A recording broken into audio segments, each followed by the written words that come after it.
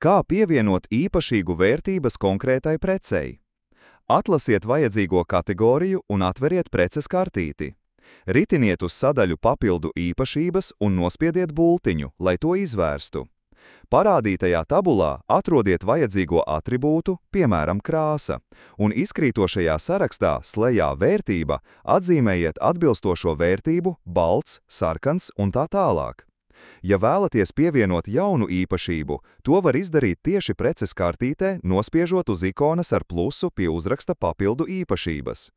Neaizmirstiet saglabāt izmaiņas ar pogu Saglabāt lapas apakšdaļā.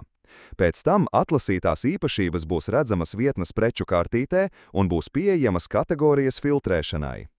Ievērojiet, ka īpašības tiks parādītas vietnē, ja vismaz divām precēm būs atšķirīgas īpašības vērtības. Šajā piemērā ir velosipēdi, kuriem krāsa atšķiras.